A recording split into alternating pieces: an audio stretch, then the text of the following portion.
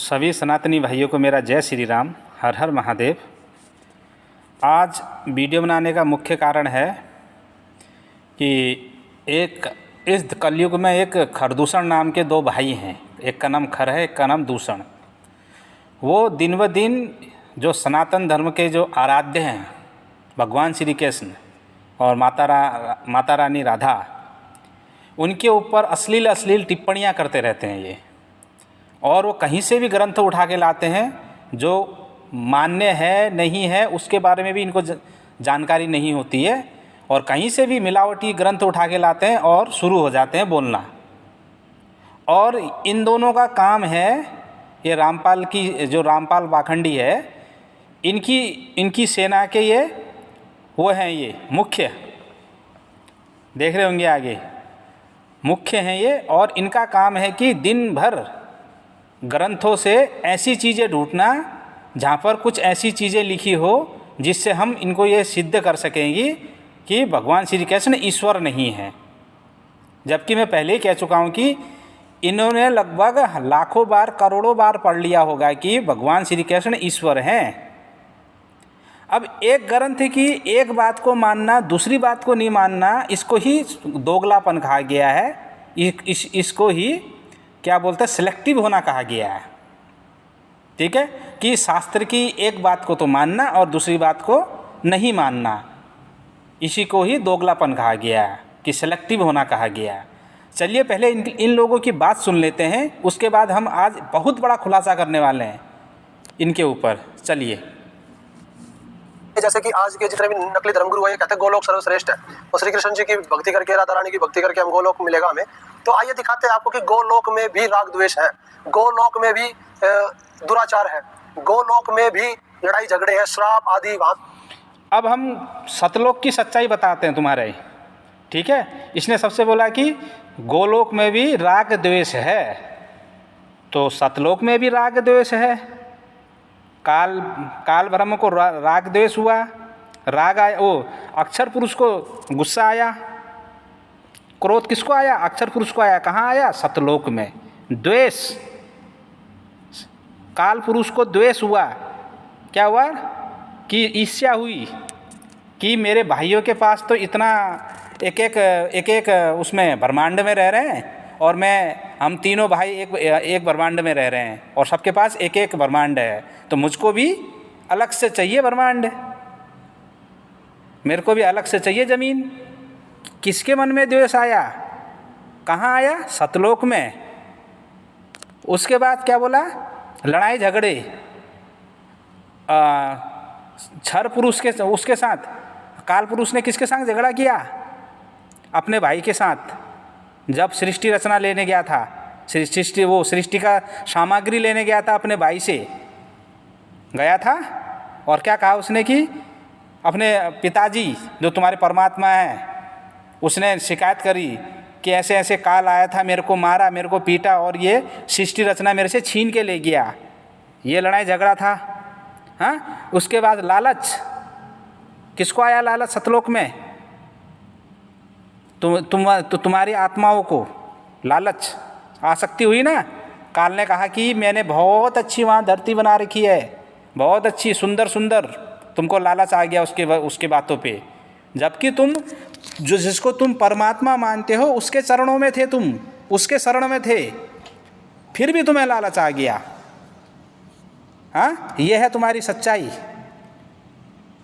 तुम्हारे सतलोक में भी विकार थे, मतलब वहाँ भी लड़ाई झगड़े हो रहे थे और दुराचार भी हो रहा था वहाँ। काल ने दुराचार करने की कोशिश करी ना, काल ने सतलोक में तो करी दुराचार करने की कोशिश।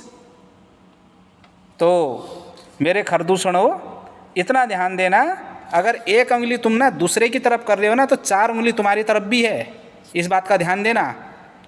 और जो तुम दिन भर ये तुम्हारे जो खरपतवार जो तुम्हारे दिमाग में उपजी है ना, कि हमारे शास्त्रों से वो चीज़ें ढूंढना कि इनको ईश्वर क्यों नहीं मानना है। ठीक है, तुम्हारी भलाई के लिए कह रहे हैं, तुम्हारी सेहत के लिए कह रहे हैं कि थम जाइए और सद्बुद्धि रखिए। नहीं तो ईश्वर की लाठी में बोला ना, आवाज़ नहीं होती है, पर जब लगती है ना मार, बड़ी तगड़ी लगती है। एग्जाम्पल 4 अपने गुरु को देख रहे हो ना, दुर्गति इसको ही बोलते हैं। अब तुम बाहर जितना भी चिल्ला लो कि ना उनका ज्ञान तो फैले जा रहा है, फैले जा रहा है, उनके आश्रम तो फैले बढ़ते जा रहे हैं, बढ़ते जा रहे हैं, मायने ये नहीं रखता, मायने ये नहीं रखता। मायने ये रखता है कि दुर्गति किसकी हुई, दुर्गति हुई है ना, जेल में है ना। तो इस बात का ध्यान देना कि दुर्गति होने में समय ज़्यादा टाइम नहीं लगेगा। एक बात का ध्यान देना, झूठ ना शुरू में बहुत फूलता फलता है, पर अंत में उसका विनाश होता ही है। रावण को देख लीजिए, वैभव था, उसके पास भी वैभव था, सब कुछ था, पर क्या शुरू में सब कुछ अच्छा चल रहा था, पर लास्ट में क्या विनाश को प्राप्त हुआ। कंस को देख लो, कंस के पास भी वैभव था, हाँ, धन थी, संपत्ति थी, राज था, पर अहंकार आया ना, सारा गया विनाश। हिरण्यकश्यपु को देखो एग्जाम्पल, हाँ, कौरवों को देखो, अभी भी समझ में नहीं आया तुम्हारे। झूठ कुछ दिन फलता फूलता जरूर है, पर विनाश को ही अंतिम में प्राप्त होता है। तो चलिए खैर, सुनिए आगे बात। पे भी आदमी को प्रताड़ित करते हैं, क्योंकि सुख सागर, सुख का लोक और परम शांति, सनातन परम धाम वो होता है जहां जाने के बाद साधक कभी लौट के संसार में नहीं आते, जिसके बारे में गीता अध्याय 18 श्लोक नंबर 66, गीता अध्याय 18 श्लोक नंबर 62 में लिखा हुआ है, और गीता अध्याय 15 श्लोक नंबर 4 में लिखा हुआ है कि वहां जाके बाद साधक कभी संसार में लौट के नहीं आते। और जिस गोलोक को सुख का सागर और परम सनातन धाम आजकल के नकली धर्मगुरु बता रहे हैं, उसी सनातन धाम यहाँ। अभी देखो, इसने बड़ी जल्दी सर्टिफिकेट दे दिया कि नकली धर्मगुरु। इस बंदे ने या इसके गुरु ने कभी हमारे किसी भी आचार्य से जाकर फेस टू फेस कभी बात नहीं करी और इनको नकली धर्मगुरु कह दिया। अरे वहाँ पर जाके पूछो तो, जाओ तो सही, ज्ञान चर्चा करो ना, पता चल जाएगा कौन नकली है कौन असली है। यहाँ बैठ के सर्टिफिकेट बांटने में पड़े हो। हाँ, एक बात ये कह रहा है कि सतलोक में जाके वापस नहीं आना पड़ता है। अरे मूर्ख, शुरू में ही तो तुम वापस आ गए, सतलोक में मुक्त नहीं थे क्या तुम? क्या सतलोक में जब तुम वहाँ लड्डू काजू बादाम खा रहे थे, उस समय क्या मुक्त नहीं थे क्या? बंधे हुए थे किसी चीज़ से? कैसे आ गए वापस? आप कहेंगे हमने गलती करी इसलिए वापस आ गए। अरे गलती करी जाए वो बाद में की बात है, पहले ये बात है ना कि आए क्यों? वहाँ से तो लौट के नहीं आता ना आदमी, सॉरी आत्मा है तो वहाँ से लौट के नहीं आती ना। ये तो दूसरी बात हो गई कि तुमने गलती करी, एन वैन कारण कुछ भी रहा हो, पर आए तो सही ना, लौट के आए तो सही, सतलोक से लौट के आए ना। इस बात का जवाब देना कि गलती तो बाद में की बात है, पर लौट के आए तुम लोग। ठीक है, चल आगे बोल। देखिए, गोलोक से श्राप से प्रताड़ित होकर वहाँ की जो देवी है, वहाँ की जो धात्री देवी है, जो मालिक है राधा, और जो कृष्ण है जो वहाँ के मालिक है, और जो उनके अनुचर है, जो उनके गोपगण है, वो भी एक दूसरे को श्राप दे रहे हैं, वहाँ से नीचे धरती पर मनुष्य जन्म को प्राप्त करना पड़ रहा है। तो आइए देखते हैं इसमें क्या सच्चाई और क्या झूठ है। हाँ, तो शराब भी तो तुम्हारे तेरे ये सतलोक में भी तो दिया था किसने? जिसको तुम परमात्मा मानते हो, शराब दिया था ना। वहाँ भी तो शराब है, वहाँ भी लड़ाई झगड़े हैं, वहाँ भी द्वेष कलेश है, वहाँ भी दुराचार है, सब कुछ है ना। वहाँ भी तो क्रोध है, सब कुछ है ना, लालच है, सब कुछ है। ये क्यों भूल जाते हो? हाँ, ये तुमको लगता है तुम लोग यहाँ फंसे क्यों? उसी राग द्वेष के कारण, उसी लालच के कारण तो फंसे तुम यहाँ ना। चलिए, ये सारा जो प्रकरण हम आपको ब्रह्मवैवर्त पुराण से दिखाएंगे। ये ब्रह्मवैवर्त पुराण हिंदी साहित्य सम्मेलन प्रयाग से है। तो आइए देखते हैं इसकी कथा। ये है श्री कृष्ण जन्मखंड उत्तर भाग। इधर ले आओ जी कैमरा। ये देखिए ब्रह्मवैवर्त पुराण उत्तर भाग श्री कृष्ण जन्मखंड हिंदी साहित्य सम्मेलन प्रयाग से ये है। देखिए यहाँ पर एक बात ध्यान देना कि ये श्री ब्रह्मवैवर्त पुराण है, ठीक है। इसके अनुवादक कौन है? तारानीश झा और बाबूराम उपाध्याय। ये दिखा रहा है, ठीक है, अच्छी से, इसलिए मैं दिखा रहा हूँ। एक बार अच्छी से देख लीजिए क्या है। हिंदी कहाँ से ये छपी है? हिंदी साहित्य सम्मेलन प्रयाग से। ध्यान देना इस बात का, ठीक है। अभी इनकी बहुत बड़ी पोल खुलने वाली है, इन लोगों की, इन पाखंडियों की बहुत बड़ी पोल खुलने वाली है, रामपालियों की। चलिए, प्रयाग से ये है। इसमें आपको द्वितीय अध्याय में लेके आते हैं, पेज नंबर 31, विरजा नामक गोपी का नदी रूप धारण। तो ये पूरी कथा क्या है आप देखिए इसमें। एक बार श्रीदामा का राधा के साथ झगड़ा हुआ, उसी में राधा के शाप से श्रीदामा शंखचूड़ होकर उत्पन्न हुए। श्रीदामा ने भी राधा को शाप दिया था। अब आप देखिए, जिस राधा जी को जगत जननी कहा जा रहा है, अमर भगवान कहा जा रहा है, उनको एक गोप ने श्राप दे दिया, तू भी मनुष्य होकर उत्पन्न हो, ब्रज में स्त्री बनकर वहां की भूमि में विचरण करो। अनंतर श्रीदामा के शाप से भयभीत होकर राधा ने श्री कृष्ण से कहा कि मुझे श्रीदामा के शाप से गोपी होना पड़ेगा, भव भंजन अब कौन उपाय करूं, बताने की कृपा करो। श्री कृष्ण जी से राधा जी पूछ रही हैं कि मैं इस श्राप से कैसे बचूं। ये देखिए, हे देवी, थोड़ा स्लो स्लो, ब्रज में हम लोग चलकर जंगल में विहार करेंगे। ये देखिए, कृष्ण जी उनको क्या लालच दे रहे हैं कि वहां भी हम संबंध बनाएंगे। ये देखिए, अब इस मूर्ख ने यहाँ पर विहार का अर्थ संबंध, संभोग ले लिया। हाँ, जो आनंद विहार नाम है, जो दिल्ली का जो वो है, मतलब कि वहाँ संबंध बनाए जाते हैं, मतलब हाँ, विहार का मतलब ये है। अरे मूर्ख, अभी बहुत बड़ी सच्चाई पता चलेगी आपको कि एक्चुअली यहाँ पर लिखा क्या है ये। ठीक है, चलिए। ये वे माइक भय के बहाने ही राधा के समीप गए और अपनी प्रतिज्ञा पूरी करने के लिए उनके साथ तथा गोपियों के साथ वहां विहार किया। राधा जी के साथ जो उनकी अन्य सहेलियां होती थी, वैसे तो राधा जी यहाँ पे उनकी मामी थी और उनकी मामी की सहेलियां, देखो हम तो अपनी मामी की सहेलियों को भी मामी ही कहते हैं, तो ये भी मामी की तरह ही थी। इनके साथ भी इन्होंने वो काम किए, विहार किया जो नहीं शोभा देता। अच्छा, विहार का अर्थ सीधे ये लोग ले गए संभोग, मतलब अपनी तरफ से ही कुछ भी बोल दो, गपोड़ दो। हाँ, और ये क्या बोला कि राधा कौन थी बोला, श्री कृष्ण की मामी हुई और जो उसकी जो सहेलियां हैं वो भी मामी हुए, हम तो ऐसा ही मानते हैं बोला। अब तुम्हें हम असली ब्रह्म वैवर्त पुराण है, जो गीता परेश गोरखपुर से है, उसमें इनकी सच्चाई दिखाएंगे। ठीक है, और जो श्री राधा को रायण की पत्नी मानता है, रायण की पत्नी मानता है, उसको क्या कहा गया है इसमें भी देखेंगे। ठीक है, चलिए पढ़िए आगे। नारायण बोले, एक बार भगवान श्री कृष्ण ने स्वयं गोलोक में रास मंडल में निर्जन महावन में विहार किया।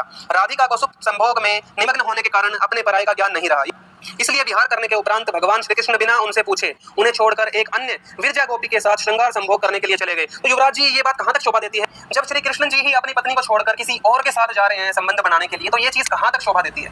देखो जी, वैसे तो मैं पहले ही कह चुका हूँ, हमारे गुरु जी सिद्ध कर चुके हैं कि ये भगवान नहीं है, ये देवी देवता है। और देवी देवताओं का आचरण भी मनुष्य जैसा ही है, क्योंकि 4 लाख प्रकार की मनुष्य नहीं होती है उसमें। अब तेरे कहने से मतलब कि ये देवी देवता वो हो जाएंगे, मतलब कि ये मनुष्य की तरह वो हो जाएंगे। हाँ, तुम 2 मूर्खों के कारण कहने से, और एक मूर्ख जो जेल में बैठा है उसके कहने से ये सिद्ध हो जाएगा ना। हाँ, 2 लाइनें पढ़ा दी और इसमें इतनी मोटी किताब है, यहाँ पर लगभग 1 करोड़ बार लिखा होगा कि इस भगवान श्री कृष्ण ईश्वर हैं, सर्वेश्वर हैं, सबके दाता, प्रभु, पिता, पितामह, सब कुछ हैं। ये 100 बार लिखा, 1000 लाखों करोड़ों बार लिखा होगा, पर उस बात को नहीं मानना है यहाँ पर। और देखो, ये अनुवादक करता भी यहाँ पर ये नहीं कह रहा है कि ये ईश्वर नहीं है। ठीक है, ये ईश्वर नहीं है, और इनने बोल दिया कि ईश्वर ऐसा नहीं कर सकता। अब मैं ये कहता हूँ कि ईश्वर क्या तुम्हारे हिसाब से चलेगा? पहले बात तो ये जानो कि ईश्वर ने क्या करना है, क्या नहीं करना है। मतलब कि वो एक मानव तय करेगा, कि मानव कहेगा कि ना वो अपनी अपनी पत्नी के साथ या ऐसा नहीं कर सकता, या वो ये नहीं खा सकता। ठीक है, ये तो बाद में की बात है, पर ये जो ये ग्रंथ दिखा रहा है ये है नकली ग्रंथ।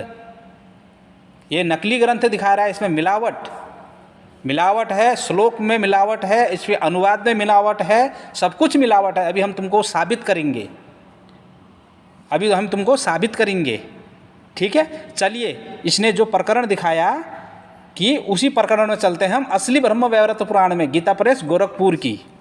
ठीक है, चलो पहले हम इनकी पोल खोलते हैं। जो ये ब्रह्म वैवर्त पुराण दिखा रहा है ना, कहाँ की दिखा रहा था? हिंदी साहित्य सम्मेलन प्रयाग की। अब हिंदी साहित्य सम्मेलन प्रयाग की जो प्रिंटिंग प्रेस है वो मान्य है कि नहीं है, अब हम तुम्हें दिखाते हैं। चलिए, ये देखिए, पढ़िए। हिंदी साहित्य सम्मेलन प्रयाग इलाहाबाद को विश्वविद्यालय अनुदान आयोग UGC द्वारा मान्यता प्राप्त नहीं है। यह केवल एक स्वैच्छिक संस्था है जो हिंदी भाषा और साहित्य के प्रचार प्रसार के लिए कार्य करती है। मिनिस्ट्री ऑफ एजुकेशन ने स्पष्ट किया है कि इस संस्था की परीक्षाएं किसी भी शिक्षा बोर्ड या विश्वविद्यालय के समकक्ष नहीं है। मतलब कि किसी के समकक्ष नहीं है। देखिए यूजीसी की मान्यता नहीं, यूजीसी ने हिंदी साहित्य सम्मेलन प्रयाग की परीक्षाओं को विश्वविद्यालय स्तर की मान्यता नहीं दी है। ठीक है, क्या लिखा है और पढ़िए पढ़िए। स्वैच्छिक संस्था हिंदी साहित्य सम्मेलन प्रयाग एक गैर सरकारी स्वैच्छिक संस्था है जो हिंदी भाषा साहित्य और संस्कृति के विकास के लिए काम करती है। हिंदी साहित्य सम्मेलन की परीक्षाओं को 26 नवंबर 2010 तक मैट्रिकुलेशन के समक्ष माना जाता था, लेकिन अब इसकी मान्यता नहीं है। आगे पढ़िए। मैंने डाला क्या हिंदी साहित्य सम्मेलन इलाहाबाद फेंक है या नोट। तो हिंदी साहित्य सम्मेलन इलाहाबाद एक फर्जी संस्था थी। इसे 1931 से 1967 तक मान्यता प्राप्त थी, लेकिन इसके बाद इसे फर्जी घोषित कर दिया गया। इस संस्था से प्राप्त डिग्री प्रथमा मध्य आदि को हाई स्कूल और इंटरमीडिएट के समकक्ष नहीं माना जाता है। हिंदी साहित्य सम्मेलन इलाहाबाद को फर्जी, क्योंकि प्रयाग जो था इलाहाबाद है ना, था फर्जी संस्था के रूप में जाना जाता है। अभी और दिखाते हैं तुम्हें, रुकिए पढ़िए। अब मैंने क्या हिंदी साहित्य सम्मेलन प्रयाग प्रिंटिंग प्रेस मान्य है? ये मैंने विकिपीडिया से पूछा, वो से नहीं, हिंदी साहित्य सम्मेलन प्रयाग अब प्रयागराज का प्रिंटिंग प्रेस मान्य नहीं है। इलाहाबाद हाई कोर्ट ने 2011 में फैसला सुनाया था कि सम्मेलन की प्रथमा और मध्यमा विशारद डिग्रियां हाई स्कूल और इंटर के समकक्ष नहीं है। ठीक है, यह एक सोसाइटी पंजीकरण अधिनियम के तहत पंजीकृत एवं सोसाइटी है, विश्वविद्यालय शिक्षा परिषद नहीं। इन्होंने जो मुद्दा डाला था हाई कोर्ट में क्या मुद्दा डाला था कि हिंदी साहित्य सम्मेलन प्रयागराज हिंदी साहित्य और देवनागरी लिपि के प्रचार प्रसार के लिए एक महत्वपूर्ण संस्था है, ये मान्यता का मुद्दा डाला था। और डिग्री की मान्यता अब उनने क्या करा, हाई कोर्ट ने, इलाहाबाद हाई कोर्ट ने स्पष्ट किया है कि सम्मेलन द्वारा दी जाने वाली प्रथमा और मध्यमा विरासत डिग्रियां हाई स्कूल और इंटर के समकक्ष नहीं है। फिर बताया सुप्रीम कोर्ट का फैसला क्या रहा कि जागरण ने बताया कि यह फैसला सुप्रीम कोर्ट के एक फैसले के आधार पर दिया गया था, जिसने कहा था कि सम्मेलन एक विश्वविद्यालय या शिक्षा परिषद नहीं है, बल्कि एक ये पंजीकरण सोसाइटी मात्र है। ये क्या है? ये सोसाइटी। इसके जो बुकें हैं, इसकी जो शिक्षाएं हैं, इनके जो आचार्य हैं, उनकी शिक्षाएं एक हाई स्कूल और इंटर के समकक्ष नहीं रखी गई है। इतने बड़े संस्कृत के जो ज्ञाता कैसे रख सकते हैं? समझ में आया? खरदूषणों, नकली ग्रंथ लेके यहाँ पर, नकली अनुवाद लेके यहाँ पर तुम हमको लोगों को भ्रमित करना चाह रहे हो। हाँ, तुम्हारा गुरु गीता प्रेस गोरखपुर की दिखाते दिखाते वो जेल चला गया। चेले कहीं से भी उठा के ला रहे हैं। इनको भी मालूम है अच्छे से कि जो प्रमाणित जो वो है गीता प्रेस गोरखपुर की है, जो श्लोकों के आधार पे वो करती है, पर उसमें भी आजकल सुनने में आया है कि थोड़ा बहुत कुछ वो होने लगा है, तो उसमें भी जल्दी से सुधार किया जाएगा। जो पुराने हमारे जो आचार्य गण हैं उनको उसमें सुधार करेंगे, क्योंकि जो गीता प्रेस गोरखपुर के जो आचार्य हैं, जो अनुवाद करते हैं, जो हमारे जो जयदयाल गोविंद जी हैं और राम सुखदास जी हैं, ये कौन सी परंपरा के हैं? ये शंकराचार्य परंपरा के हैं आचार्य। अब तुम सनातन धर्म का खंडन करने के लिए, बातों का खंडन करने के लिए आर्य समाज के तुम वो उठा लोगे, आर्य समाज के वेद उठा लोगे, तो खंडन किसका करोगे? या तो आर्य समाज का करोगे ना, तुम तो सनातन का को करने लगे। और इतनी जानकारी तुम्हारे उसमें बता दें कि इस आर्य समाज कोई रिप्रेजेंट नहीं करता सनातन को अकेले। ठीक है, अब समझ में आया होगा मेरे सनातनी भाइयों कि ये हुआ क्यों गड़बड़ इसलिए हुई कि जो असली जो ब्रह्म वैवर्त पुराण है वो नहीं है जो ये लोग दिखा रहे हैं। ये है मिलावटी अर्थों का अनर्थ, जैसे रामपाल करता है वही है ये। असली जो है गीता प्रेस गोरखपुर की अभी हम तुम्हें दिखाएंगे, उसमें जो ये प्रकरण दिखा रहा है एक्चुअली वहाँ पर लिखा क्या है वहाँ पर। हाँ, कल मैंने फैक्ट चेक करे कि जो ये अध्याय दिखा रहा है उसमें 33 श्लोक एक्स्ट्रा जोड़ दिए गए हैं, जबकि सबसे पुरानी जो ब्रह्म वैवर्त पुराण है उसमें वो 33 श्लोक है ही नहीं। अब ये बोलेंगे कि हम तो श्लोक के आधार पर दिखा रहे हैं, हाँ, वो श्लोक के आधार पे नहीं दिखा रहे हो, श्लोक के आधार पे। तो अभी आपने देखा कि ये किस प्रकार नकली ग्रंथ लेकर लोगों को बरगलाने का काम कर रहे हैं। अरे मूर्ख, गीता प्रेस गोरखपुर की दिखाना, उसमें दिखाना क्या लिखा है। ठीक है, चलिए अब हम वहाँ चलते हैं जहाँ से ये चीज़ दिखा रहा था ये। ठीक है, चलिए जो असली ब्रह्म वैवर्त पुराण है वहाँ चलते हैं। देखिए वहाँ तो अध्याय संख्या भी गलत डाल रखी है, उधर अध्याय संख्या भी गलत डाल रखी है उन लोगों ने। अब यहाँ पर देखो, यहीं से तो पढ़ाया था ना उसने। श्री नारायण ने कहा, एक बार गोलोक में श्री कृष्ण विरजा देवी के समीप थे। श्री राधा को यह ठीक नहीं लगा। श्री राधा सखियों सहित वहाँ जाने लगी, तब श्री दामा ने उन्हें रोका। इस पर श्री राधा ने श्री दामा को श्राप दे दिया कि तुम असुर योनियों में प्राप्त हो जाओ। यही तो श्राप दिया ना वहाँ पर, यही बात हो रही ना। हाँ, तुम असुर योनियों में प्राप्त हो जाओ। तब श्री दामा ने भी श्री राधा को यह श्राप दे दिया कि आप भी मानवीय योनि हो जाए। वहाँ गोकुल में श्री हरि के अंश महायोगी रायण नामक एक वैश्य होंगे, आपका छाया रूप उनके साथ रहेगा, अतः भूतल पर मूढ़ लोग आपको रायण की पत्नी समझेंगे। श्री हरि के साथ कुछ समय आपका बिछोड़ रहेगा। अब देखिए यहाँ पर कि यहाँ पर क्या कहा, रायण की नामक एक वैश्य होंगे, आपका छाया रूप उसके साथ रहेगा। किसका? श्री राधा का। अतः भूतल पर मूढ़ लोग आपको रायण की पत्नी समझेंगे। जैसे ये दो मूर्ख समझ रहे हैं, राधा को रायण की पत्नी समझ रहे हैं, और रायण की पत्नी समझकर और जो राधा है वो क्या कह रहे हैं कि उसके बारे में क्या कह रहे हैं कि ये श्री कृष्ण की मामी हुई। तो मूर्ख कौन है? जो ये रायण की पत्नी समझते हैं श्री राधा को। सबसे बड़ा खुलासा। ठीक है, इसमें श्री दाम और श्री राधा दोनों को छोड़ा। तब श्री कृष्ण ने श्री दाम को सांत्वना देकर कहा कि तुम त्रिभुवन विजेता सर्वश्रेष्ठ शंखचूर्ण नामक असुर होगे, और अंत में श्री शंख के त्रिशूल वित्र देह होकर यहाँ मेरे पास लौट आओगे। श्री राधा को बड़े ही प्रेम के साथ हृदय से लगा। भगवान ने कहा, वारा कल्प में पृथ्वी पर आऊँगा और व्रज में विहार करूँगा। यही कहा ना, वो जंगल में व्रज में विहार करूँगा। भी वो क्या कह रहा है, बिहार का अर्थ क्या ले आ रहा है? संभोग। इनके दिमाग में यही रहता है। हाँ, मेरे रहते तुम्हें क्या भय है। उधर बिरजा देवी नदी हो गई, और उनके श्री कृष्ण द्वारा जो 7 समुद्र पुत्र हुए थे वे लवण, इच्छु, सुरा, घृत, सदी, दुग्ध, जल रूप 7 समुद्र हो गए।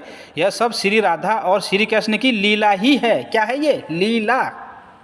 जो व्रज में परम दिव्य पवित्रम विलक्षण प्रेम धारा बहाने के लिए निमित्त रूप की गई थी। इसी निमित्त के लीलामय श्री कृष्ण राधा और श्री कृष्ण वराहकल्प में पृथ्वी पर अवतीर्ण हुए। श्री राधा गोकुल में श्री वृष भानु के घर प्रकट हुई।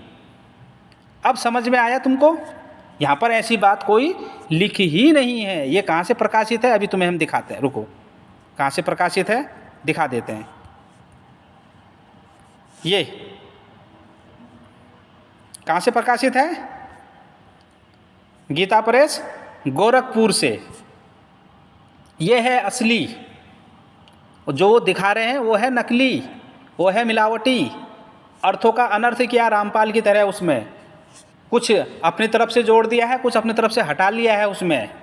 अब बताओ, यहाँ पर कोई ऐसी बात लिख रखी है, वहाँ पर कुछ ऐसी बात लिख रखी है कि मैं जंगल में विहार करूँगा, वो गोपियों के साथ संभोग करूँगा। हाँ, जो चीज़ वो दिखा रहा था कि राधा के साथ वो ये चीज़ करते हुए वो चीज़ हुआ, फिर वो उसके सहेलियों के साथ किया। हाँ, दुराचार हो रहा है कह रहे थे ये मूर्ख लोग, दुराचार। ठीक, अब चलो दूसरी गपोड़ लेते हैं इनकी। अभी आपके समझ में आ गया होगा, फिर से दिखा देते हैं एक बार। ठीक है, यही था ना। अब देखो क्या कहा, तब श्री दान ने श्री राधा को यह शाप दिया कि आप भी मानव योनि में जाएं, वहाँ गोकुल में श्री हरि के अंश महायोगी रायण नाम के एक वैश्य होंगे, आपका छाया रूप उसके साथ रहेगा, छाया रूप आपके साथ रहेगा। अतएव भूतल पर मूढ़ लोग आपको रायण की पत्नी समझेंगे। श्री हरि के साथ कुछ समय आपका विछोह रहेगा। मतलब कि जो छाया है, छाया रूप है जो श्री राधा का, उसका विवाह होगा रायण के साथ। और रायण कौन था? उनका यशोदा मैया का भाई। तो इस हिसाब से उसकी मामी लगी। ये लोग बोल रहे हैं ना, ये क्या बोलते हैं, ये रामपाल के चेले बोल रहे हैं ना कि ये मामी हुई उसकी। अरे मूर्ख, तुम मूर्ख हो। यहाँ पर कहा है, तुम्हारे बारे में लिखा है कि तुम श्री राधा को रायण की पत्नी समझोगे, और वो चीज़ सच भी हो रही है। मूर्ख हो। चलिए अब दूसरे उसमें चलते हैं हम। एक का खंडन हो गया, एक झूठ पकड़ा गया, यहाँ पर दो झूठ पकड़ा गए।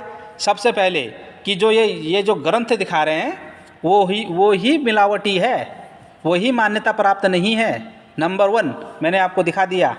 रामपाल के चलो, तुम भी सर्च कर लेना गूगल पे, लिखना कि हिंदी साहित्य सम्मेलन की मान्यता है, प्रिंटिंग प्रेस की मान्यता है, तो पूरा वो आ जाएगा। 2011 में इन्होंने हाई कोर्ट में पिटीशन डाली थी कि हमें मान्यता दो प्रथमा और मध्यमा की। तो सरकार ने रिजेक्ट कर दिया कि तुम्हारी जो शिक्षाएं हैं वो इंटर और हाई स्कूल के समकक्ष नहीं है, तो हम इसकी तुम्हें आदेश नहीं दे सकते, ये तुम्हें उपाधि नहीं दे सकते। और प्रिंटिंग प्रेस को भी अमान्य घोषित कर दिया। ठीक, चलिए अब इसके ये खरदूषण के वो देखना, क्या बोलते हैं, शब्द आपका खून खोलेगा। सुनिए। की पत्नी है गोलोक में, वो गोलोक में उनको छोड़कर और किसी अन्य स्त्री के साथ संभोग कर रहे हैं। ये तो एक वो कहते हैं कि दुराचार दिख रहा है। हाँ, दूसरा इसमें एक ये चरित्रहीनता भी स्पष्ट दिखाई दे रही है। हम अपने शब्दों में नहीं कह रहे हैं, पुराण साबित कर रहे हैं। चलो, मूर्ख, सबसे पहले तो इस बात की पुष्टि कर कि जो मैं शास्त्र पढ़ रहा हूँ वो क्या प्रमाणित है, ये कहाँ से इसकी भाष्य हो रहा है, वो प्रमाणित कर पहले। अगर जो सबसे पुरानी है उसमें ये बात नहीं लिखी है, अगर नई उसमें लिख रखी है, तो इसका मतलब जो नई वाला जो अनुवाद है ये गलत है, पुराना जो है वही सही है। मुझे पता है कि तुम जानबूझ के ये चीज़ तुम लेके आए, क्योंकि तुम्हें ईश्वरों की निंदा करनी है, देवी देवताओं की निंदा करनी है और महर्षियों की निंदा करनी है। तुम दिन भर करते क्या हो? तुम ये इन पुराणों से ज्ञान लेने की बात करते हो? हाँ, इन पुराणों से तुम ज्ञान ढूंढते हो? ज्ञान नहीं ढूंढते हो, तुम यही चीज़ ढूंढते रहते हो। तुम उस मक्खी की तरह हो, जो पूरे सुंदर शरीर को छोड़ के वो मवाद वाली जगह में बैठती है ना, तुम वही मक्खी हो। तुम दोनों रामपाल के चेले वही हैं। आओ ना कभी आमने सामने डिबेट करो ना, तो पता चलेगा। जब भी कहेंगे आओ हमारे आश्रम में, आओ हमारे आश्रम में, अरे आश्रम में क्या, ऐसे प्लेटफॉर्म लाओ जहाँ की सारी जनता देखे। ठीक, चलो दूसरी गपोड़ सुनिए इनकी। ये भी दिखा देते हैं कि कामदेव ने कैसे कृष्ण पर हावी होकर अपनी समर्थता सिद्ध की थी। हाँ, लोग ये भी कहते हैं कि श्री कृष्ण जी काम जीत थे, उन पे काम असर ही नहीं करता। आज दिखा देते हैं। तो ये पूर्व भाग है, ब्रह्मवैवर्त पुराण का पूर्व भाग है, जिसमें ब्रह्मखंड, प्रकृति खंड और गणपति खंड तीनों हैं, और ये भी हिंदी साहित्य सम्मेलन प्रयाग से है। इसमें हम आपको ये दिखाएंगे कि श्री कृष्ण जी और ब्रह्मा जी पर भी कामदेव हावी हो गए और इससे उनका क्या हाल हुआ। आइए पढ़ते हैं। इसमें चौथा अध्याय है, चतुर्थ अध्याय, पेज नंबर 51। अब देखिए, अब यहाँ पे अनंतर परमात्मा कृष्ण के मन से तपाए हुए सुवर्ण के समान एक पुरुष उत्पन्न हुआ, जो अपने 5 बाणों से समस्त कामियों के मन को मत डालता है, इसलिए बुद्धिमान लोग उसे मनमत अर्थात कामदेव कहते हैं। उस कामदेव के वाम पार्श्व से एक अत्यंत सुंदरी एवं परमोत्तम कामिनी प्रकट हुई, जो समस्त पुरुषों को मुग्ध करती है। मंद मंद मुस्कुराती हुई उस सती को देखकर सभी प्राणियों के उसमें रति हो गई, इसलिए बुद्धिमानों ने उसका नाम रति बताया है। आगे आइए, पेज नंबर 52। कामदेव ने अपने बाणों की परीक्षा करने के लिए सभी बाण चला दिए। जब कामदेव को उत्पन्न किया, जो स्टोरी इन्होंने बनाई है इस पुराण में, तो उन्होंने बाण चला दिए। फिर तो ईश्वर की इच्छा से उसी समय सब लोग कामुक हो गए, यहाँ तक कि रति को देखकर ब्रह्मा का वीर्यपात हो गया। कामदेव की पत्नी को देखकर ब्रह्मा जी की यह स्थिति हुई। देख लीजिए, यहाँ पर एक शब्द पढ़ना, ठीक है, कि फिर तो ईश्वर की इच्छा से उसी समय सब लोग कामुक हो गए। कौन? ईश्वर की इच्छा से। ईश्वर कौन? यहाँ भगवान श्री कृष्ण। ठीक, चलिए। उनका वीर्यपात हो गया और आगे क्या किया उन्होंने? किंतु महायोगी ब्रह्मा लज्जावश उसे वस्त्र से आच्छादित कर वहीं खड़े रहे। यानी कि उन्होंने अपना वीर्य छुपा लिया। हाँ जी। पश्चात काम बाण द्वारा भगवान कृष्ण का वीर्यपात हुआ। श्री कृष्ण जी का भी वीर्यपात हो गया रति को देखकर। किंतु उस देव सभा में लज्जावश उन्होंने उसे जल में डाल दिया। उन्हें बहुत शर्म भी आई। तो युवराज भाई, जैसा कि यहाँ सिद्ध हो रहा है कि कामदेव और उनकी पत्नी को देख के, मतलब कामदेव ने जब अपने हथियार चलाए तो उनकी पत्नी जो रति नाम से है, उनको देख के ब्रह्मा जी की भी बुरी हालत हुई और कृष्ण जी की बुरी हालत हुई। दोनों ही काम पराजित हो गए। और सबसे बड़ी बात तो ये है कि इस धरती की बात नहीं हो रही है, ये गोलोक की बात हो रही है। मतलब गोलोक में जो गोलोक के मालिक है श्री कृष्ण जी, उनका ये हाल है कि वो एक स्त्री को देख के उनका वीर्य। हाँ, तो देखा अभी आपने। अब तुम्हें हम असली चीज़ दिखाते हैं यहाँ पर, असली ग्रंथ जो असली है, जो ओरिजिनल ब्रह्मवैवर्त पुराण है, वहाँ पर क्या कोई ऐसी बात लिख रखी है? चलिए वही पाठ में चलते हैं हम। ठीक है, चलिए। ये वही आ गया ब्रह्मवैवर्त पुराण, किताब प्रेस गोरखपुर से। चलिए इसके वही अध्याय में चलते हैं हम। चलिए, हाँ, तो ये वही आ गया। सावित्री, कामदेव, रति, अग्नि, अग्निदेव, जल, वरुणदेव, स्वाहा, वरुण यानी वायुदेव, वायुदेवी तथा मेदिनीकी के प्राकट्य का वर्णन। ठीक है, अब यहीं से पढ़ते हैं ना। अब यहाँ पर अब इसने जो गपोड़ करी थी,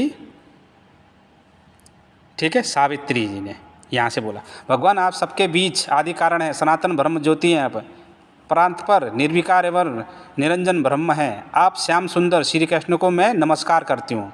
निरंजन ब्रह्म किसको कहा? श्री कृष्ण भगवान को। ठीक है, ये निरंजन किसको बोलते हैं? काल को। हाँ, यों कहकर मंद मंद मुस्कुराती हुई वेद माता सावित्री देवी श्री हरि को पुनः प्रणाम करके श्रेष्ठ रत्नमय सिंहासन पर आसीन हुई। तत्पश्चात परमात्मा श्री कृष्ण ने मानस से एक पुरुष प्रकट हुआ जो तपाए हुए सुवर्ण के समान कांतिमान था। वह 5 बाणों द्वारा समस्त कामियों के मन को मथ डालता है। इसलिए मनीषी पुरुष उसका नाम मनमंथ कहते हैं।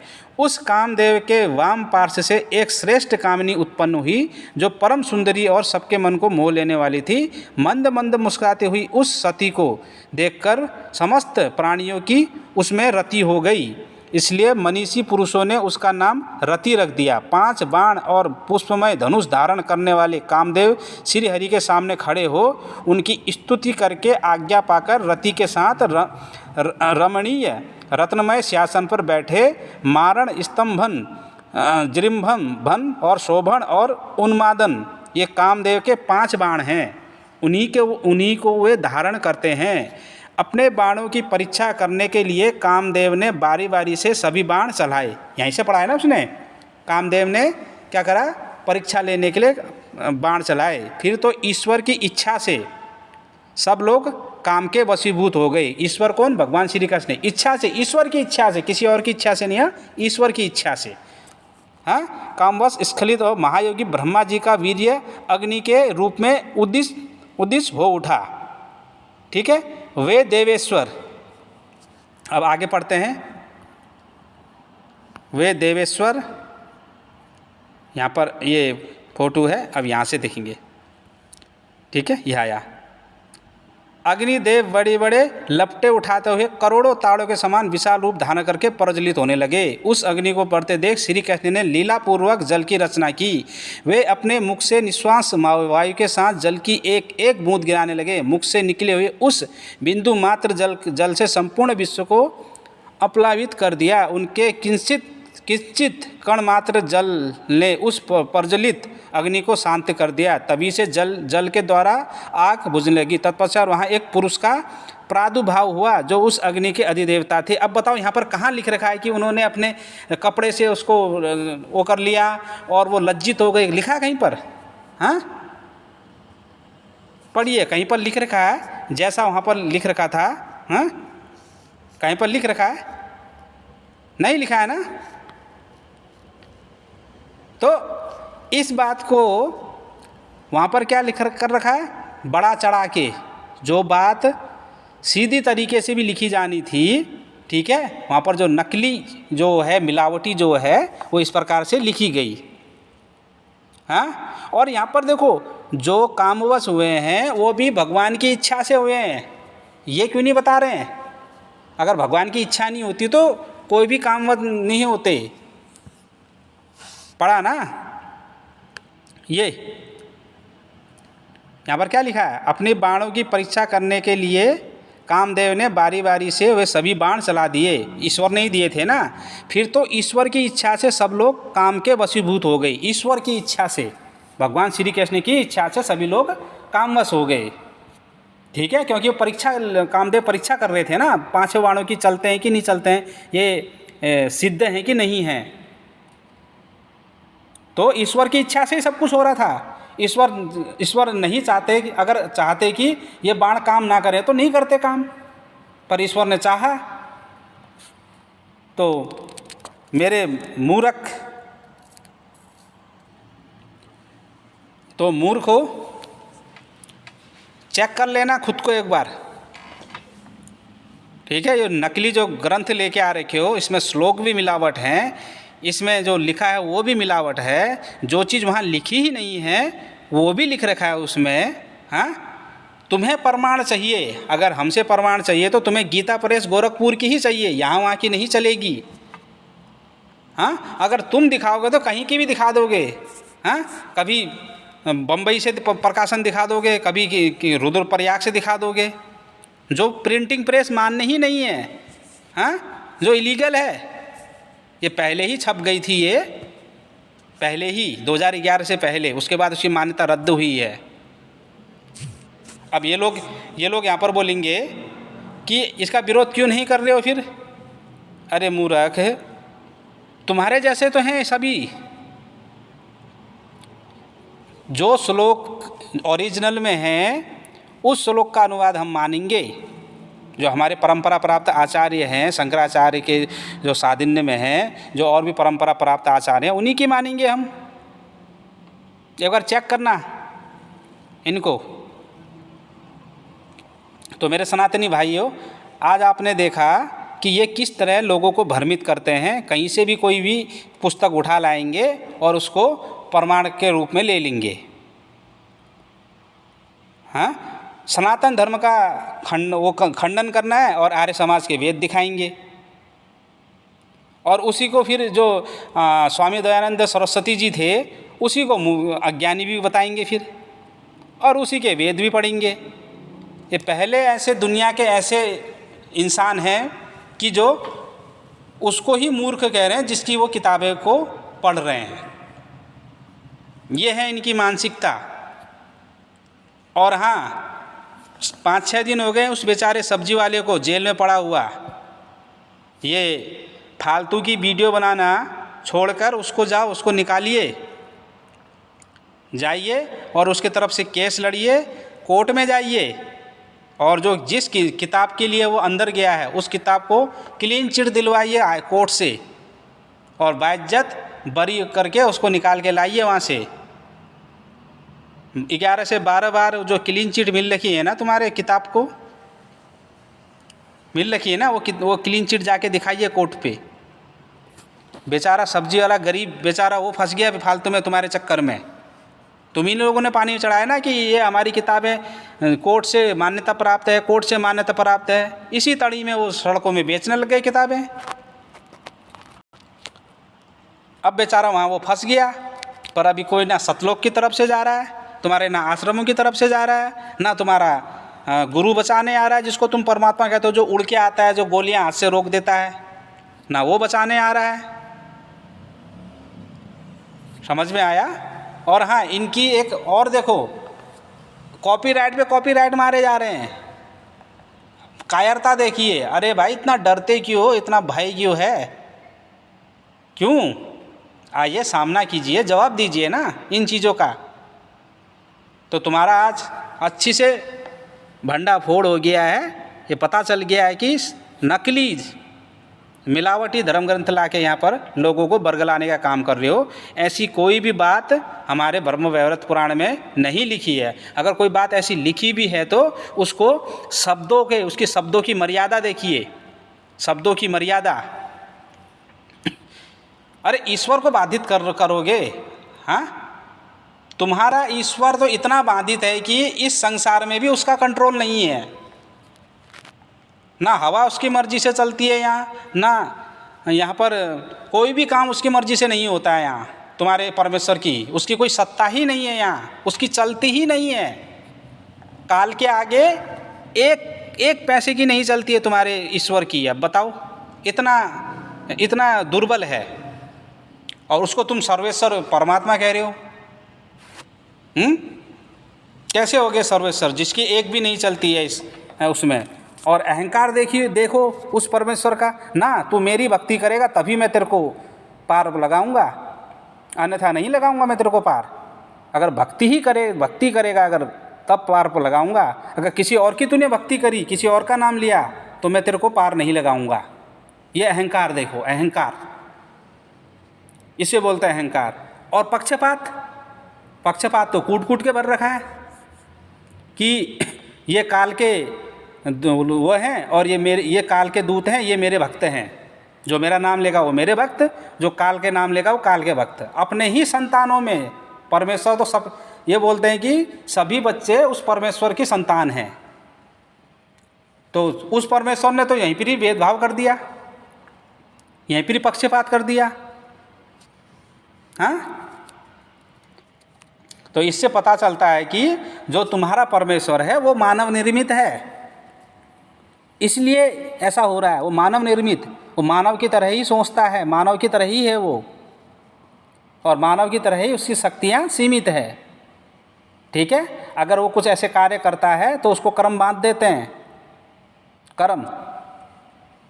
मैं एक सवाल पूछना चाहूँगा, ईमानदारी से बताना, ठीक है, ईमानदारी से बताना कि तुम्हारे गुरु ने अभी तक कितने गुरुओं से, कितने आचार्यों से साक्षात बैठ के डिबेट करी है? इसका जवाब दे देना। ठीक है,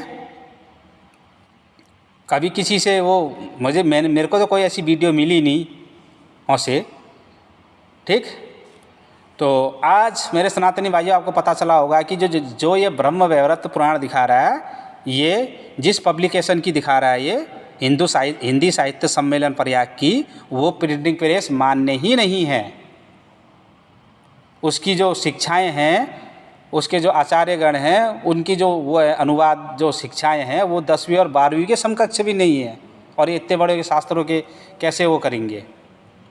आप फैक्ट चेक करना रामपालियो, जो जयदयाल गोविंद जी हैं और राम सुखदास जी हैं, जो गीता प्रेस गोरखपुर के अनुवाद करता है, वो वहाँ से जो छपती है, इनकी गुरु प्रणाली चेक करना, तुम गुरु परंपरा चेक करना, तो शंकराचार्य के गुरु परंपरा से हैं ये, चेक करना।